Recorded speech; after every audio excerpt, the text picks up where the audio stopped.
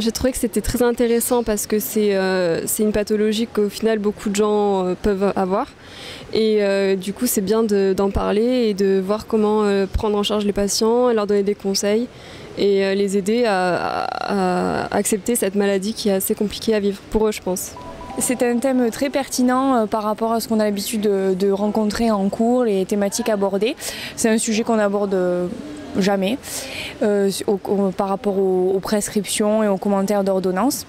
Alors je trouve que pour le thème qu'on a pu parcourir ce soir, il vient bien dans le déroulé en fait, des différents modules et ça vraiment nous donne vraiment des précisions sur notre attitude, notre posture en fait, à avoir au comptoir et surtout une clarté qui a été mise en avant par les intervenants qui nous permet vraiment d'avoir une base sur vraiment notre marche à suivre, quoi, en fait.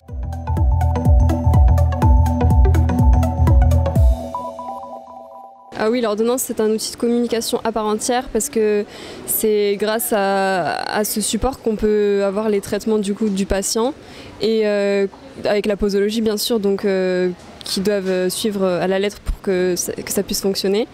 Et en plus de l'ordonnance, il faut quand même donner des conseils associés afin qu'ils puissent mieux supporter la dermatite atopique.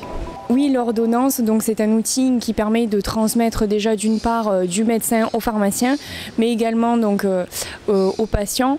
Mais parfois, donc comme on l'a dit, on l'a vu dans la séance, elle n'est pas toujours lisible, donc le patient ne comprend pas. Donc c'est vraiment au pharmacien de décrypter et c'est tout ça aussi le rôle du pharmacien et pas seulement délivrer, aussi interpréter, expliquer et essayer de rendre le patient le plus adhérent possible.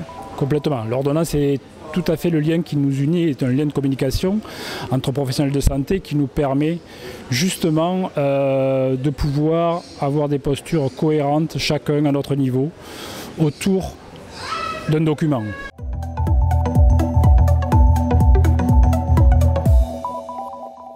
Oui, je trouve que ces étiquettes sont plutôt assez ludiques et je trouve que ça va permettre bien aux enfants surtout de comprendre mieux les crèmes qu'ils vont utiliser. Alors le feuillet personnalisé c'est une très bonne idée puisqu'il peut associer en plus des petites étiquettes qui permettent une meilleure compréhension. Donc par exemple on a vu le pompier quand c'est vraiment la crise avec l'extinction du feu qui peut représenter la crise d'eczéma du coup. Et l'autre image qui était le maçon qui permet de montrer que les émollients, ça permet de reconstruire la peau. Donc je trouve que c'est bien, c'est imagé et ça permet de mieux comprendre du coup dans quel cas utiliser les crèmes.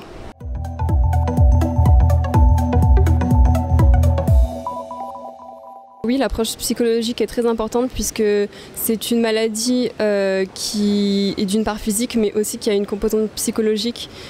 Parce que ça peut toucher l'entourage, ça touche le patient et ça peut être dur de vivre avec ça par rapport au regard des autres.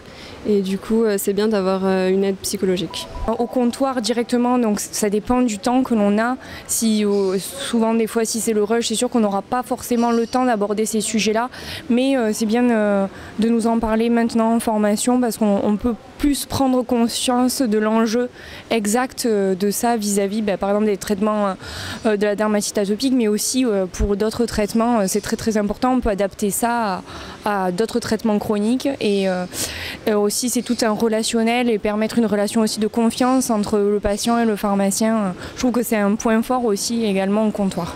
Alors l'approche psychologique a été, je pense, très bien traitée par Esperanza, qui a mis vraiment beaucoup de vie dans sa communication et de ressenti personnel.